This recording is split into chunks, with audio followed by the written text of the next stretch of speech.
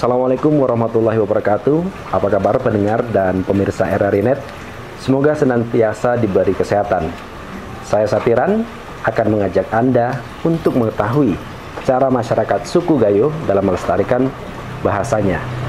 Banyak cara yang ditempuh masyarakat dalam melestarikan budaya dan bahasa. Salah satunya adalah menerjemahkan Al-Quran dalam bahasa Gayo. Seperti apa dan bagaimana prosesnya? Saya akan mengajak Anda ke Perguruan Tinggi Keagamaan YAIN Takengon sebagai penanggung jawab penerjemah Al-Quran berbahasa Gayo.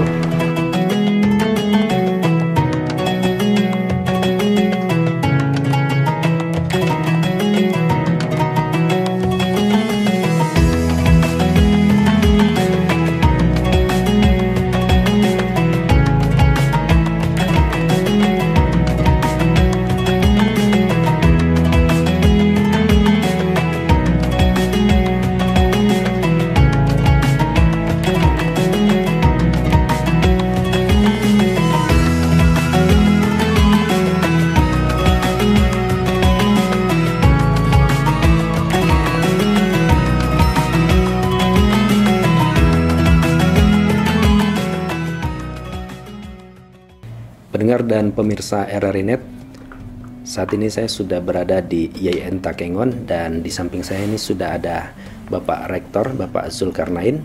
Nah, kita akan berbincang sedikit terkait dengan seperti apa sebenarnya awal mulanya bisa ada ide untuk melestarikan bahasa Gayo melalui terjemahan Al-Quran ke dalam bahasa Gayo. Langsung saja kita berbincang dengan Pak Zulkarnain. Pak Zulkarnain mungkin bisa dijelaskan sedikit nih Pak, awal mulanya bisa keluar ide ataupun muncul ide untuk menerjemahkan Al-Quran ke dalam bahasa Gayo. Baik, terima kasih kepada RRI dan RRI Net yang hari ini dapat melaksanakan kegiatan siaran dan peliputan berita ini.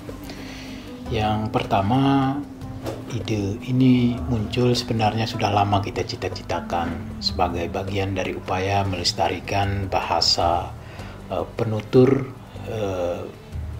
yang minoritas, yaitu bahasa Gayo. Alhamdulillah ini kita usulkan ke Badan Litbang dan penelitian di Kementerian Agama Republik Indonesia. Alhamdulillah di bulan Ramadan kemarin direspon. Kita diminta untuk menyampaikan usulan atau proposal dan langsung kita sampaikan proposal. Alhamdulillah direspon oleh Badan Litbang. Kita lakukan komunikasi dan koordinasi dan akhirnya kita menandatangani perjanjian kerjasama dengan Pusat Penelitian dan Pengembangan Lektur Hadzanah Keagamaan dan Manajemen Organisasi Kementerian Agama Republik Indonesia pada bulan Mei yang lalu. Dan sejak saat itu kita sudah ajukan tim, yaitu tim pelaksana dan tim penerjemah dari YAIN Takengon. Alhamdulillah direspon. Tim pelaksana ada 6 orang, kemudian tim penerjemah ada 7 orang.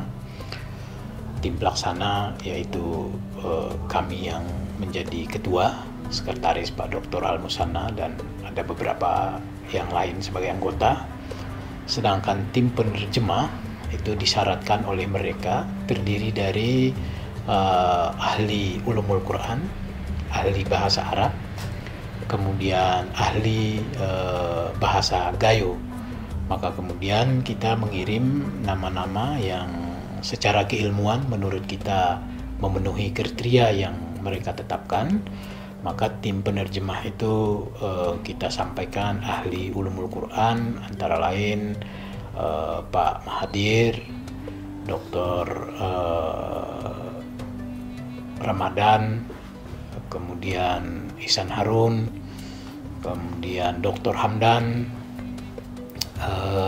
dan Dr. Wahyuni Salam. Itu berdasarkan latar belakang keilmuannya, ada yang alumni Gontor, ada yang alumni Sudan dan seterusnya.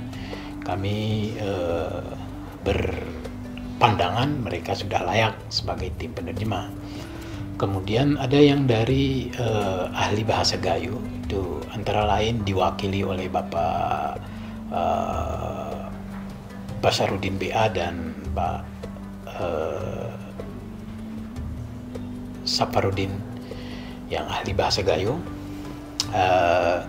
Dan tim ini sudah bekerja setelah ada FGD dengan Litbang Pusat waktu itu di kampus YIN Takengon. Mereka sudah mengarahkan teknis kerja dan tidak lupa pula kita mengajukan salah seorang sebagai konsultan ahli dalam penerjemahan ini, yaitu Bapak Profesor Aliasa Abu Bakar. Jadi sejak dari bulan Juli itu tim sudah bekerja secara sistematis, baik secara individu maupun secara kolektif. Tim ini tadi ya menerjemahkan dengan cara antara lain bekerja dengan membagi juz yang diterjemahkan, kemudian dibahas oleh tim penerjemah sampai dengan hasil yang maksimal diperoleh dari terjemahan itu setiap hari Rabu. Itu kira-kira ide awalnya. Kita berupaya melakukan kegiatan ini semaksimal mungkin. Pak, tentu ini dalam mencetuskan ide ini juga memiliki tujuan gitu ya Pak? Ya. Seperti apa sebenarnya tujuan yang ingin dicapai dari YIN Takengon dalam hal kaitannya bahasa Gayo ini?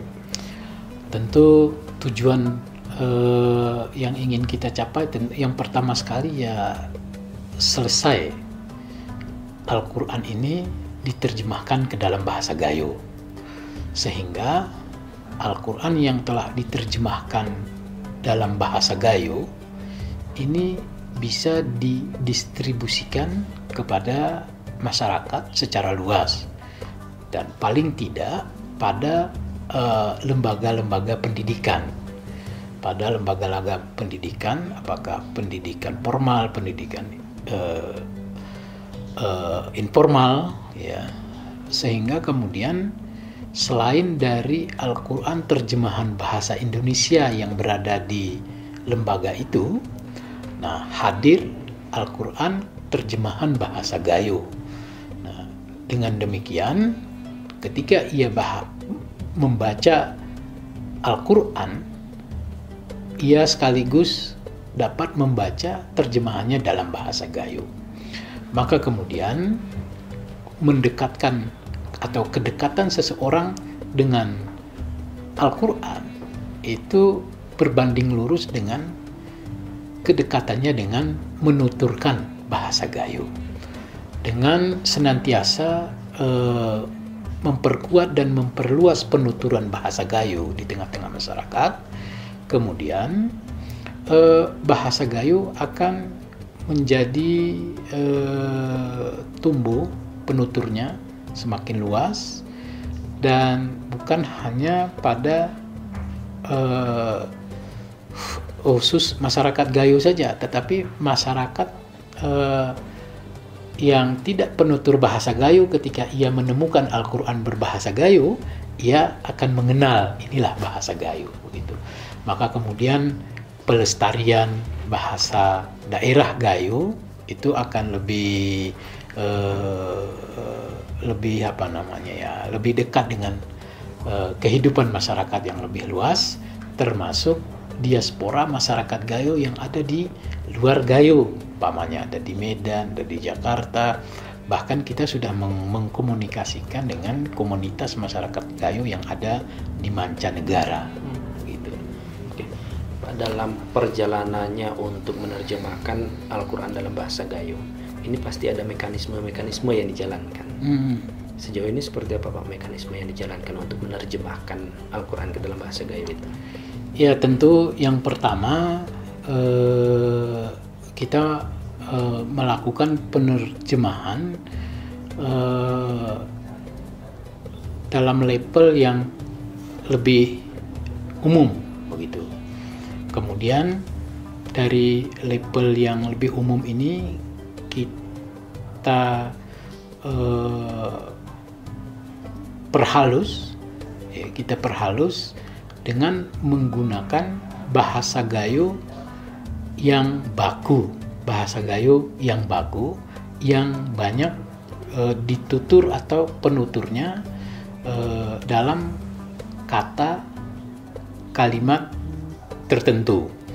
Maka tim selain dari menerjemahkan kata, juga mencari padanan kata yang paling sesuai.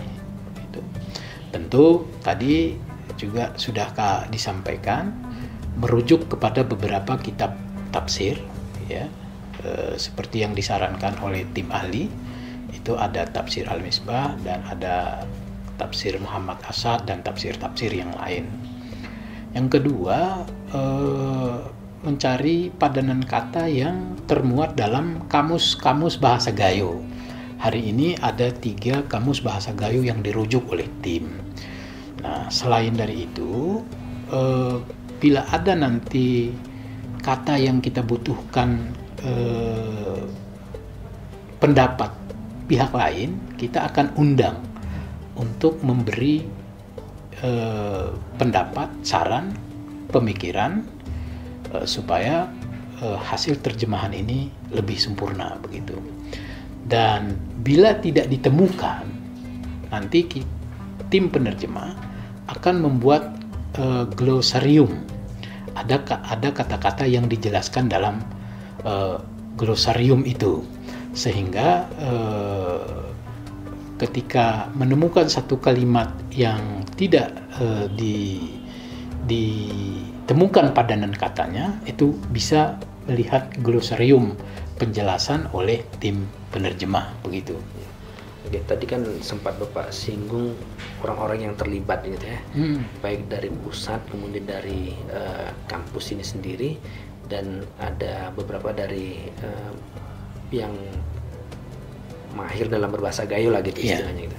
Apakah ada orang-orang yang terlibat lagi Pak, yang di luar yang sudah disebutkan tadi?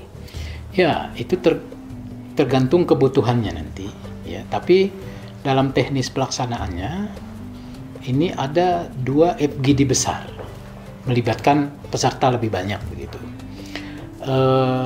Untuk membahas juz 1 sampai 15 kemungkinan insya Allah nanti akan kita FGD-kan di bulan Agustus, melibatkan tim atau pihak-pihak lain sebagai peserta aktif, tentu ahli di bidangnya masing-masing kan kita undang gitu. Tapi sebelum itu kami dari kampus, dari tim pelaksana akan melakukan validasi internal dan eksternal terbatas. Artinya semacam kita persembahkan karya yang sudah ada ini ya, yang sedang berjalan ini kepada tim-tim atau orang-orang, individu-individu yang ahli di bidangnya yang akan kita undang sebagai bentuk validasi internal begitu. Oke. Pak, kalau berbicara terkait dengan dampak apa sebenarnya bagi masyarakat yang dirasakan dengan terjemahan Al-Quran ini, seperti apa Bapak menanggapinya? Tentu masyarakat harus bersyukur dan harus berniat begitu ketika Al-Quran terjemah bahasa Gayo ini telah berada di tengah-tengah masyarakat begitu, paling tidak ya setiap rumah itu harus memiliki minimal satu begitu. Maka kemudian kalau ada sekian ribu keluarga di Aceh Tengah, di Bener Meriah, Gayo Lues, di Lukup Sebojadi dan daerah lainnya, maka kemudian itu adalah bagian dari yang bisa diwariskan kepada generasi yang berikutnya, termasuk masyarakat Gayo yang ada di luar tiga atau di luar penutur maksimal, penutur terbanyak di Aceh begitu ya. Kita bersyukur sekali lagi di Kementerian Agama saja baru 24 bahasa daerah yang telah digarap selesai begitu. Sementara kita tahu di Indonesia ada ratusan bahasa daerah. Tentu hari ini kita sedang melaksanakan program ini dua bahasa, yaitu bahasa Gayo dan bahasa Kalaki di Kendari. Ini tentu kan bagian yang harus kita syukuri begitu. Di tengah-tengah banyaknya permintaan, alhamdulillah bahasa Gayo masuk menjadi program yang tahun ini dimulai. Mudah-mudahan tahun ini selesai terjemahannya. Tahun depan Litbang kita harapkan menyerahkannya ke Lajnah Pentasih Al-Quran, sehingga kemudian bisa dicetak secara lebih masif untuk dimiliki oleh masyarakat. Oke. Ini ada target harus kapan selesai dan saat ini progresnya seperti apa, Pak? Target kerja penerjemahan itu dalam kesepakatan perjanjian kerja dengan Litbang itu 4 bulan. Maka kemudian alhamdulillah hari ini telah selesai 15 juz. Insya Allah sampai dengan bulan Oktober itu telah dapat diselesaikan sampai dengan 30 juz. Oleh karena itu kemudian kita meminta ada validasi internal, ya, kemudian ada validasi melibatkan pihak lain, kemudian validasi dengan tim ahli. Setelah itu kita FGD-kan untuk juz 1 sampai juz 15. Di bulan Agustus rencana kita FGD-kan. Itu melibatkan pihak-pihak dari Aceh Tengah, dari Bener Meriah, dari Gayo Lues, dan bila memungkinkan nanti kita undang dari Lukup Sebojadi juga. Nah, setelah sembari itu ini tim terus bekerja untuk menyelesaikan juz berikutnya dari juz 16 sampai juz 30. Maka kemudian di Oktober atau November nanti insya Allah akan dilaksanakan FGD yang kedua.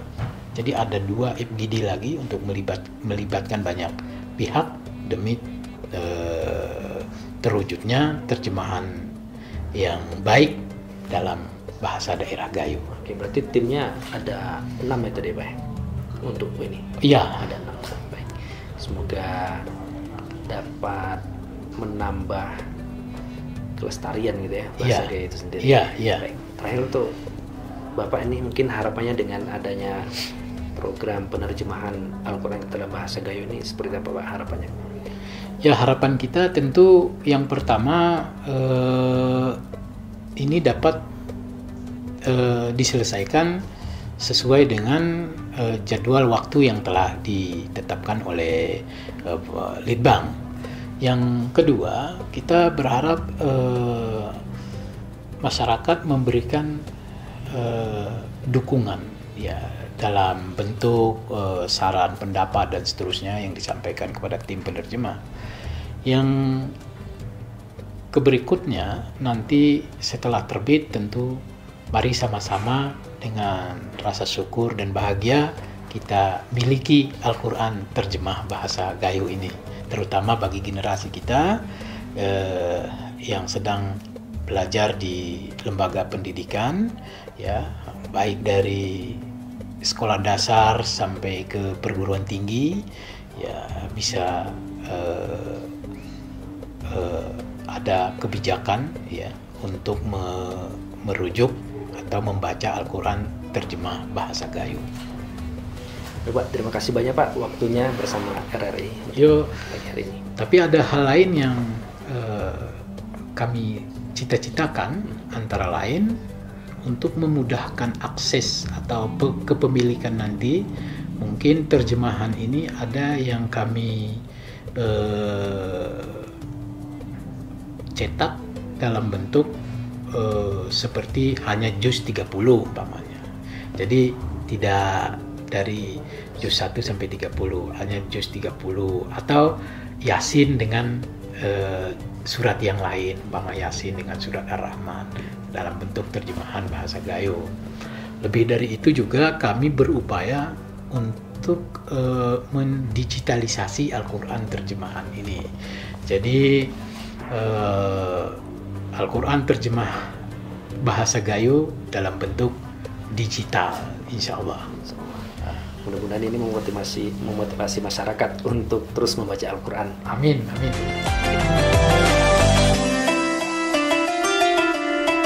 Pemirsa RRI Net, tadi kita sudah mendapatkan penjelasan terkait dengan penerjemahan Al-Quran ke dalam bahasa Gayo dari Rektor IAIN Takengon, Bapak Dr. Zulkarnain MAG. Kita nanti akan mencari tahu juga seperti apa sebenarnya tantangan dan kendala yang dihadapi dalam proses penerjemahan Al-Quran ke dalam bahasa Gayo ini.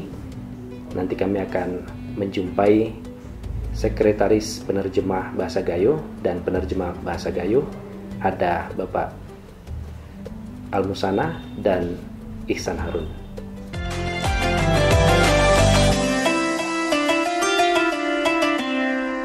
Saat ini saya sedang berada bersama dengan tim penerjemah Al-Quran berbahasa Gayo, ada Bapak Ihsan Harun.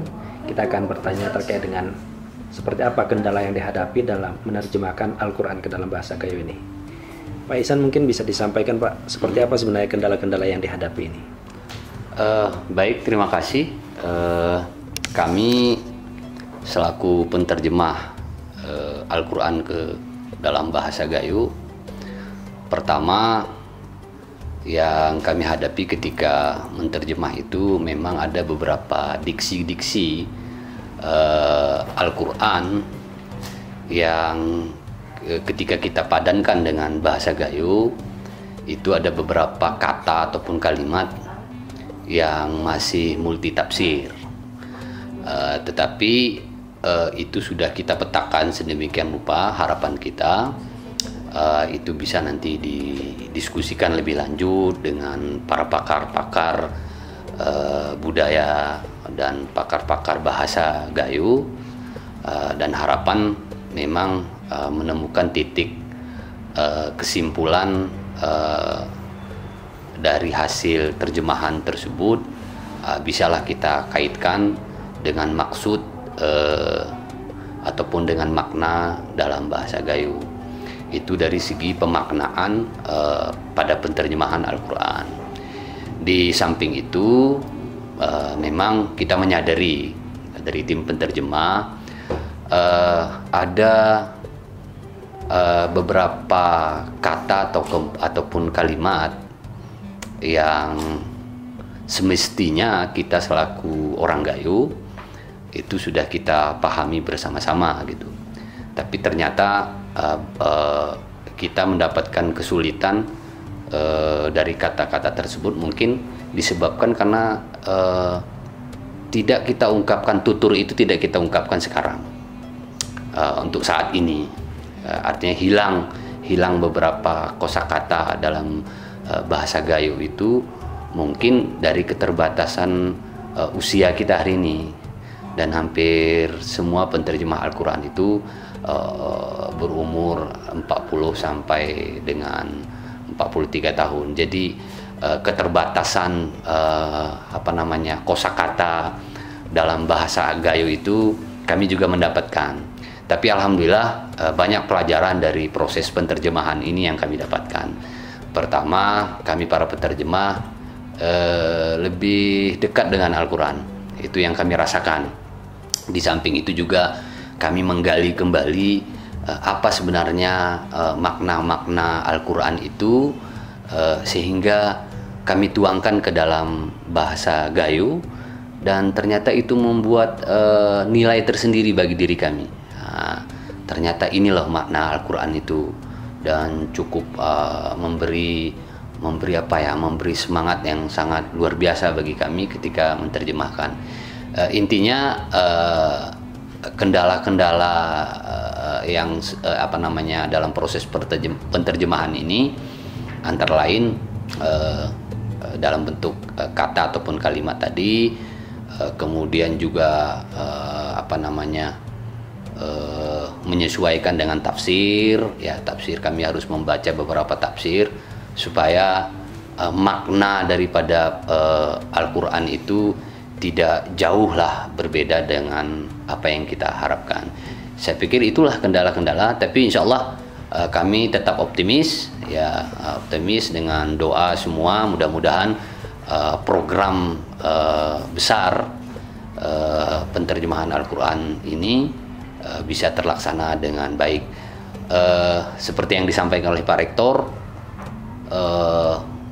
ini program yang sangat monumental. Kita baru bisa menerjemahkan Al-Quran ke dalam bahasa Gayo ini, mungkin kalau diurut waktunya baru 14 abad setelah Rasul itu baru Al-Quran dalam bahasa Gayo ini bisa terjemahkan. Tentu kekurangan dan kelebihannya pasti ada. Oleh karena itu ini bagian dari upaya kita, dan bagi kami para penterjemah mungkin ini hasil yang terbaik. Pun demikian di kemudian hari ada yang lebih baik lagi. Itu saya pikir dinamika perkembangan ilmu pengetahuan terus berjalan. Saya pikir begitu, Pak. Oke, ada satu pertanyaan lagi yang saya juga masih penasaran. Ketika kita melakukan penerjemahan itu kan ada satu ayat dengan ayat yang lain saling berkaitan. Nah, ini apakah diterjemahkan tetap dengan berpedoman dengan bahasa Indonesia yang sudah ada, kemudian lanjut ke ayat berikutnya dengan bahasa Indonesia yang ada, atau ayat satu dengan ayat yang lainnya tadi yang saling berkaitan itu dibaca semua, dimaknai terlebih dahulu baru diterjemahkan, atau seperti apa nih sebetulnya mekanismenya? Jadi ada beberapa strategi yang kami lakukan dalam penerjemahan. Pertama, ada beberapa ayat memang secara terjemah bahasa Indonesia itu bisa kita pahami. Bisa kita pahami dengan menerjemahkan langsung ke dalam bahasa Gayo pun maknanya itu sudah bisa kita dapatkan. Tapi di sisi lain ada beberapa ayat memang ya kita harus menuntun kita untuk membuka tafsir gitu, agar makna yang hakiki dalam Al-Quran itu bisa kita sampaikan nanti kepada para pembaca lebih mudah dipahami, dimengerti gitu. Oleh karena itu kami para penerjemah tidak luput juga menggunakan media-media yang lain seperti tafsir Al-Misbah, ya, kemudian tafsir Hasan seperti yang didiskusikan pada pertemuan hari ini. Artinya kita coba kaitkan sebenarnya maknanya itu seperti apa gitu. Nah, dan itu sedikit banyaknya kami dibantu oleh tafsir-tafsir itu. Sehingga ketika kita turunkan ke dalam bahasa Gayo, kita terjemahkan ke dalam bahasa Gayo, tidak menimbulkan multi tafsir lagi, bahwa sebenarnya ini loh maknanya. Nah, namun seperti yang saya sampaikan tadi, ketika memang kita padankan ke dalam bahasa Gayo begitu, itu ada beberapa kata ataupun kalimat yang menurut kami untuk saat ini itu yang paling cocok gitu. Walaupun di kemudian hari nanti ada kalimat atau kata yang lebih cocok lagi untuk memadankan makna dari Al-Quran itu ke dalam bahasa Gayo, itu seiring waktu nanti kita perbaiki lebih lanjut. Tapi sekali lagi ada beberapa langkah-langkah yang kami terapkan. Di samping itu juga ada diskusi ya, sebenarnya antara para penterjemah, karena itu kami tim ada beberapa dalam setiap pertemuan gitu, kalau ada persoalan kami diskusikan gitu. Ini sebenarnya apa loh makna ayat ini? Nah, ketika sudah sudah merujuk pada tafsir pun lalu ada persoalan, nah itu biasanya kami lakukan diskusi begitu. Dengan harapan itu tadi, bagaimana nanti pembaca ketika membaca terjemahan dalam bahasa Gayo itu dia betul-betul mengerti dan paham gitu. Nah, jadi paham apa sebenarnya makna dari ayat per ayat itu gitu. Nah, terakhir nih dengan adanya penerjemahan Al-Quran ke dalam bahasa Gayo, tentu ke depan kita juga tidak tahu gitu ya, apakah ada yang memperbaharui dengan banyak yang mengetahui bahasa-bahasa Gayo yang lebih halus lagi gitu. Kira-kira seperti apa tanggapannya ke depannya? Bagi kami ini adalah langkah awal yang baik ya. Harapannya bagaimana kita membumikan Al-Quran ini di tengah-tengah masyarakat, khususnya masyarakat Gayo, dengan beberapa pendekatan, dan salah satunya yaitu pendekatan menggunakan bahasa Gayo. Dan saya pikir ini langkah yang baik untuk membumikan Al-Quran di tengah-tengah masyarakat kita. Dan tentu kami sebagai penterjemah kami berupaya maksimal. Semoga usaha ikhtiar kita bersama ini betul-betul memberi manfaat bagi masyarakat Gayo pada khususnya. Pun demikian, kami juga manusia yang tidak luput dari salah dan khilaf. Tentu atas kelemahan dan keterbatasan kami dalam menerjemahkan Al-Quran ini akan seiring waktu akan kita perbaiki bersama-sama, dan mudah-mudahan bukan terjemahnya saja yang sampai di tengah-tengah masyarakat, tapi bagaimana rasa Al-Quran itu ada dalam diri setiap masyarakat kita dengan kita terjemahkan ke dalam bahasa Gayo. Jadi harapannya seperti itu. Dengar dan pemirsa RRI Net, itu tadi pernyataan dari Bapak Ihsan Harun yang merupakan tim penerjemah Al-Quran ke dalam bahasa Gayo.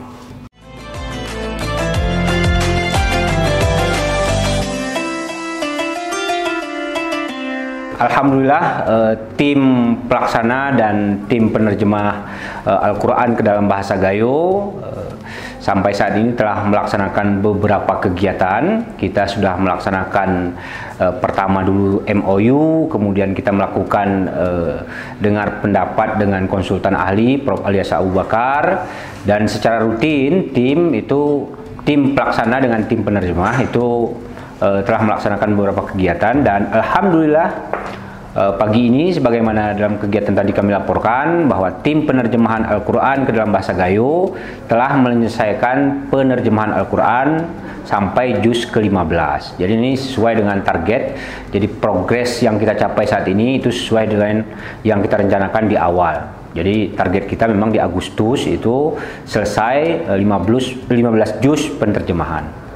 Nah, saat ini tim sedang mengidentifikasi, karena dalam proses pelaksanaannya itu ada beberapa kendala, terutama pada menemukan padanan kata bahasa Indonesia ke dalam bahasa Gayo. Ini ada beberapa kata yang kita mengalami kesulitan, dan sesuai dengan arahan ketua tim tadi, kita akan membuat semacam daftar kata atau glosarium ya, kata-kata sulit ini yang padanannya ini, dan insya Allah dalam 2 pekan ke depan kita akan adakan pertemuan dengan menghadirkan pakar bahasa ya, pakar budaya Gayo untuk mencari titik temu dari kata-kata sulit tersebut. Jadi insya Allah ini saya sebagai sekretaris dalam satu pekan ini itu akan mengidentifikasi kata-kata yang masih kita pandang itu masih perlu untuk didiskusikan. Nanti kita akan kirimkan surat kepada tokoh-tokoh yang kita pandang mampu membantu untuk mempercepat proses penerjemahan ini. Itu beberapa hal yang kami sampaikan, dan seperti yang disampaikan Pak Rektor tadi, insya Allah pada akhir Agustus itu akan ada FGD tahap pertama dengan pihak Litbang Kementerian Agama, ya, untuk memvalidasi terjemahan yang sudah kita siapkan juz 1 sampai 15. Dan insya Allah nanti dalam pertemuan itu tentu sesudah kita validasi dan nanti kita jumpa dengan konsultan ahli sebelum kegiatan tersebut. Jadi kegiatan di akhir Agustus itu kita berharap itu sudah ya, meskipun tentu tidak akan sempurna karena ini penerjemahan itu kan proses yang sangat dinamis, ya. Sangat dinamis dan itu akan terus berkembang. Kita berharap nanti pada kegiatan di akhir Agustus itu yang 15 juz ini paling tidak itu kalaupun ada hal-hal yang masih perlu didiskusikan, tapi tentu persentasenya itu sudah sangat minim, ya. Tidak lagi seperti ketika kami mulai menerjemahkan ini di bulan akhir Mei itu satu halaman saja misalnya perlu waktu beberapa lama, 1 pekan gitu, ya. Tapi sekarang kan sudah progresnya itu sudah bergerak sangat cepat, ya. Nah, jadi itu yang dapat kami sampaikan. Tentu kami berharap, ya, doa dari kita semua, semoga proses penerjemahan ini bisa dilaksanakan tepat waktu, ya, bisa mengakomodir berbagai pemahaman perspektif yang ada di masyarakat, ya. Dan yang terpenting tentu kita berharap dengan adanya terjemahan ini upaya kita untuk semakin dekat, semakin bisa memahami pesan Allah dalam Al-Quran itu semakin dapat kita tingkatkan. Saya kira itu poin terpentingnya, dan tentu kami berharap dukungan dari berbagai pihak.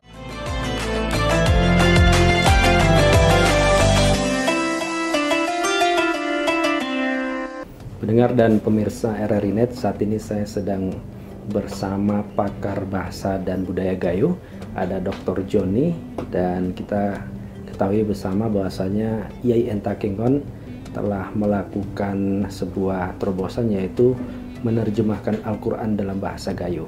Nah, tentu kita ingin sedikit memintai tanggapan dari pakar bahasa dan budaya Gayo terkait dengan apa yang dilakukan oleh YAIN Takengon.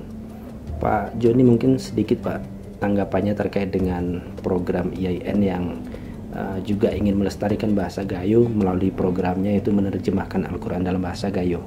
Bapak sendiri selaku pakar bahasa dan budaya Gayo seperti apa menanggapinya, Pak? Oke, baik. Jadi terkait di dalam menerjemahkan Al-Quran, ayat-ayat suci Al-Quran ke dalam bahasa Gayo, saya kira ini apresiasi kami yang sangat besar kepada siapapun, lebih-lebih kepada perguruan tinggi yang ada di wilayah Aceh Tengah. Jadi kami sangat gembira mendengar itu. Kenapa? Karena dengan adanya penterjemahan itu, bahasa-bahasa Gayo itu akan tergali kembali, dan itu akan terfungsikan kembali ke dalam keseharian kita, lebih-lebih di dalam menerjemahkan Al-Quran itu. Perlu kita ketahui sekarang bahasa Gayo ini dia bukan, artinya dia bukan tekstual, tetapi dia lebih kepada kontekstual. Artinya bahasa Gayo itu maknanya dia lebih merefer kepada konteksnya. Nah, jadi bahasa-bahasa Gayo yang asli sekarang banyak yang sudah terlupakan mungkin, atau terpendam, yang perlu penggalian kembali, yang saat ini kita jarang menemukan kata-kata itu. Yang sekarang banyak kita temukan adalah terjemahan dari bahasa Indonesia ke bahasa Gayo, itu yang lebih banyak. Dan ada lagi bahasa Indonesianya itu yang menjadi bahasa Gayo. Nah, jadi bercampur. Nah, tapi kalau bahasa Gayo yang asli itu sebenarnya halus. Kenapa?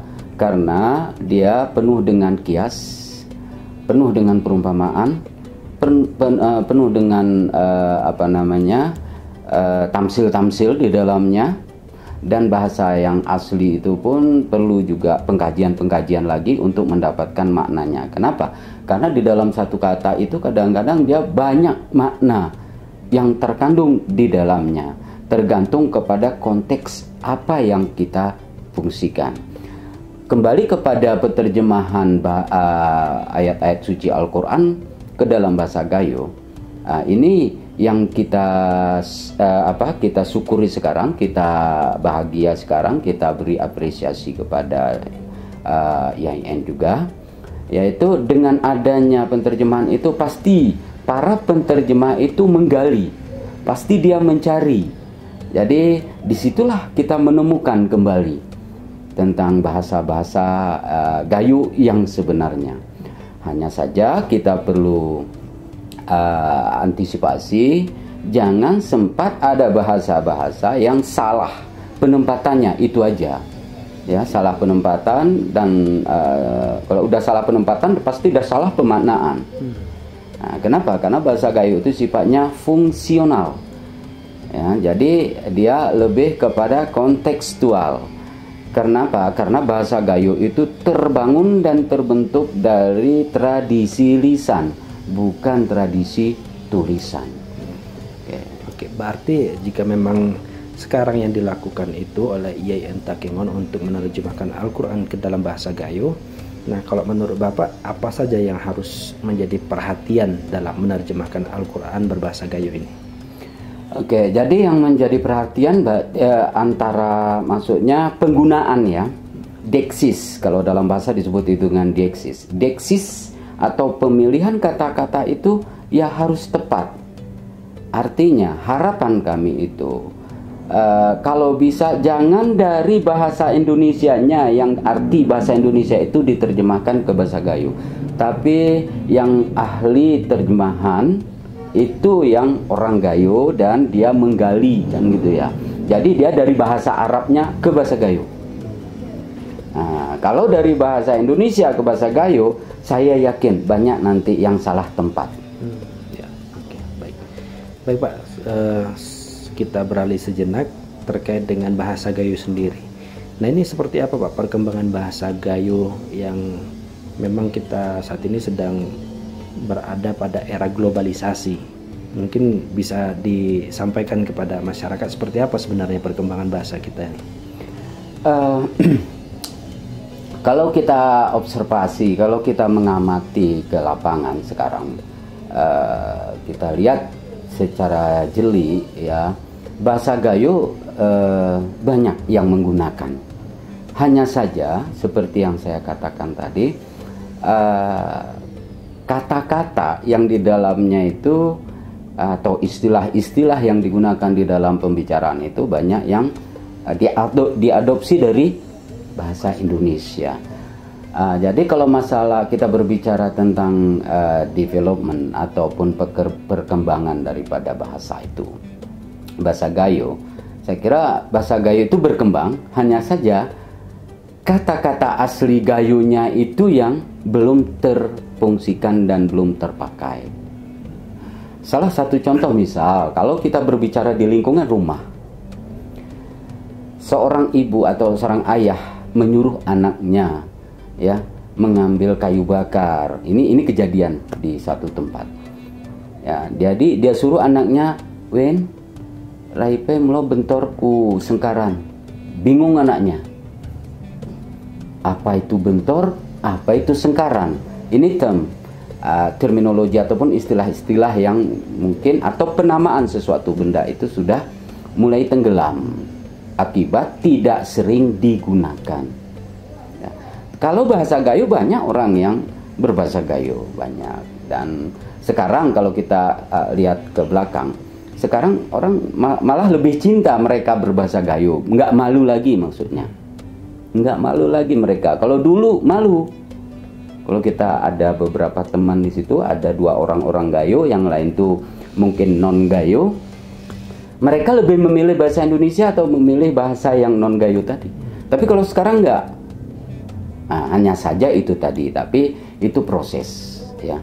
Karena istilahnya ini sudah barang yang sudah tenggelam, kita perlu proses penggalian kembali.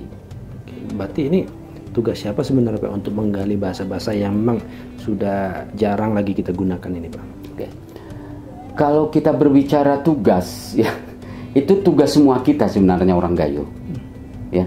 Tetapi kalau kita berbicara tentang felicity-nya, kewajarannya, selayaknya, itu siapa penggeraknya, siapa leading sektornya.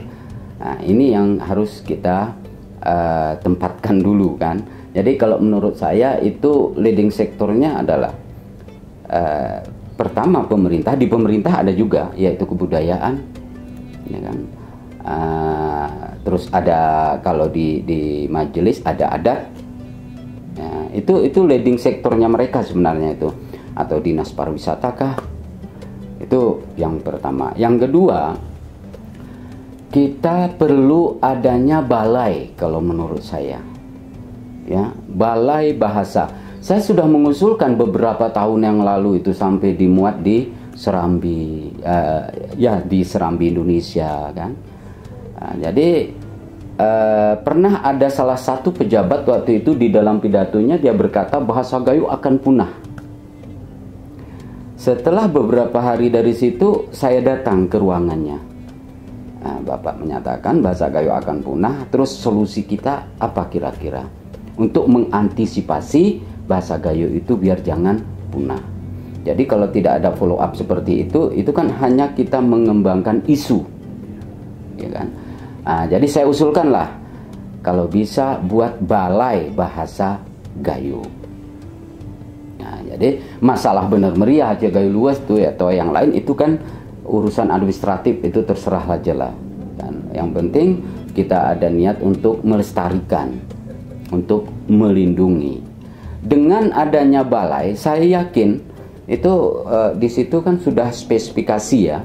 Artinya sudah khusus pengkajiannya, nanti bagaimana bahasa Gayo itu dimasukkan ke sekolah, kurikulumnya seperti apa, bagaimana menerapkan bahasa Gayo di rumah atau di kampung, formulasinya seperti apa. Itu kan urusan balai bahasa. Terus balai bahasa bisa membuat statistik kata-kata apa yang sudah hilang dari peredaran, berapa kata yang sudah hilang yang bahasa Gayo asli itu. Dan balai bahasa itu juga bisa nanti mapping ya, bahasa Gayo itu tertuang ke dalam apa saja kan gitu. Oh, tertuang ke dalam bahasa Didong, tertuang ke dalam bahasa Melengkan, tertuang ke dalam bahasa Kekeberen, tertuang ke dalam bahasa Primustike, tertuang ke dalam bahasa Berijo-ijo, tertuang ke dalam bahasa Keketeken ya. Itu kan bisa di mapping nanti dengan adanya balai bahasa. Kalau sekarang kita mau serahkan ke budaya itu juga banyak yang harus dia kerjakan. Kita mau serahkan ke adat itu juga nanti para pakar dan ahlinya belum tentu ada di dalamnya. Mereka hanya mengerti data, tahu data gitu ya, jadi mereka itu narasumber mungkin bisa, atau makna-makna. Tapi mengkajinya itu mau dibagaimanakan, wrappingnya itu atau bungkusnya dibuat apa, kan harus balai. Oke. Artinya sekarang tanpa adanya balai bahasa itu sendiri yang hadir ke Gayo itu sendiri, artinya sekarang seperti apa jadi upaya penyelamatan bahasa kita ini Pak? Oke. Yang saya lihat sekarang ini yang alhamdulillah banyak para generasi kita sudah mulai menulis ya, baik itu dalam berbentuk buku, baik itu dalam berbentuk status dalam FB. Mungkin sudah memfungsikan FB itu, status itu bukan hanya untuk apa yang terlintas dalam pikiran Anda ya kan, tapi apa yang terlintas dalam hati Anda itu sudah ditulis. Jadi dengan berbahasa Gayo ya, ada yang sudah menulis puisi ya, ada yang sudah menulis pantun gitu yang pakai berbahasa Gayo. Itu udah banyak saya lihat ya, baik di RRI itu kan ada juga ya, di di websitenya ada, terus di Lintas Gayo dan yang sebagainya itu. Nah, ini yang alhamdulillah ini saya kira udah salah satu upaya di dalam perlindungan dan pelestarian bahasa Gayo itu sendiri. Jadi kalau menurut Bapak yang paling bagus gitu ya, yang paling baik untuk merawat bahasa Gayo ini seperti generasi muda ini harus bagaimana? Yang pertama, kalau menurut saya, yang pertama biasakan itu di rumah, ya di keluarga, biasakan berbahasa Gayo. Yang kedua, masukkan bahasa Gayo itu ke dalam mulok, muatan lokal. Terserah mau berbentuk mata pelajaran sejarah kah, mau berbentuk mata pelajaran bahasa Indonesia kah, mau berbentuk apalah, terserah, yang jelas dia itu menggunakan bahasa Gayo, bukan hanya di tingkat dasar, tapi juga bisa di SLTP sederajat, SLTA sederajat, bahkan di perguruan tinggi sekalipun. Nah, jadi saya kira bagusnya itu dimasukkan ke dalam kurikulum muatan lokal, karena itu nanti kan langsung ke generasi estafetnya, ya kan, dan itu tidak akan hilang. Misalnya bahasa Gayo dimasukkan ke SLTP mungkin melalui media didong, kan bisa ajarkan didong di sana kan pakai bahasa Gayo itu. Jadi kata-kata didong itu kan sudah ada kata-kata yang sudah tidak diketahui oleh generasi sekarang kan. Misalnya seperti kata-kata broketok, ya, broketok canemane, terus perahu temetku perahu, itu kan banyak di didong, itu kan bisa nanti terdengar lagi oleh generasi kita. Baik, satu pertanyaan lagi nih Pak, ya, sebelum kita akhiri kita, apa pesan untuk generasi muda dan yang peduli terhadap keberlangsungan budaya ataupun bahasa Gayo dari Bapak selaku pakar bahasa dan budaya Gayo? Harapan kami dan pesan kepada generasi muda, jangan malu berbahasa Gayo, itu satu, ya, karena itu adalah identitas. Kalau kita malu berbahasa Gayo, berarti kita menghilangkan identitas kita. Yang kedua, silakan dan tolong terus berkarya, membuat tulisan dalam bentuk apapun, kah dia puisi, kah dia pantun, kah dia terus karangan bebas, kah dia novel, kah dia, ya, gunakanlah bahasa Gayo. Yang ketiganya, pakailah terminologi yang ada di Gayo di dalam kita. Mungkin ini kepada pejabat-pejabat kita, ya, para Bapak Bupati, Bapak Wakil Bupati, Bapak DPR dan lainnya. Ada terminologi Gayo itu coba diungkapkanlah di dalam pidatonya, di dalam ketika mereka itu memberi suatu ceramah, gitu ya. Para ulama juga bisa memakai terminologi tersebut, ya. Jadi terminologi itu seperti ada dalam Primustika, gitu ya. Misalnya ada terminologi salah bertegah, benar berpapah, kan gitu ya. Nah, itu coba digunakan terus di dalam pidatonya terminologi itu. Karena kalau menggunakan terminologi itu tidak harus semua kita berbahasa Gayo, tapi terminologinya berbahasa Gayo. Nah, ketika kita mencari maknanya, ya otomatis mau tidak mau kita harus tahu Gayo, tahu budaya Gayo, ya, karena makna tersebut dia terikat erat dengan budaya dan adat Gayonya. Jadi itu harapan kami, ya. Jadi masukkan ke kurikulum, jangan malu menggunakan bahasa Gayo, dan buat terus tulisan-tulisan dalam berbentuk apapun, yang penting dia itu bahasa Gayo, ya. Di rumah biasakan terus dengan menggunakan bahasa Gayo. Pendengar dan pemirsa RRI.net, demikian tadi bincang kita bersama dengan pakar bahasa dan budaya Gayo, ada Bapak Dr. Joni. Semoga bermanfaat untuk kita semua. Semoga dengan ada upaya-upaya yang dilakukan sejumlah pihak dalam melestarikan bahasa Gayo ini, semoga bahasa tetap lestari untuk bahasa Gayo yang ada di dataran tinggi Kabupaten Aceh Tengah. Mewakili kerabat kerja yang bertugas, saya Satiran mengucapkan terima kasih. Kami akhiri, billahi taufik wal hidayah. Wassalamualaikum warahmatullahi wabarakatuh.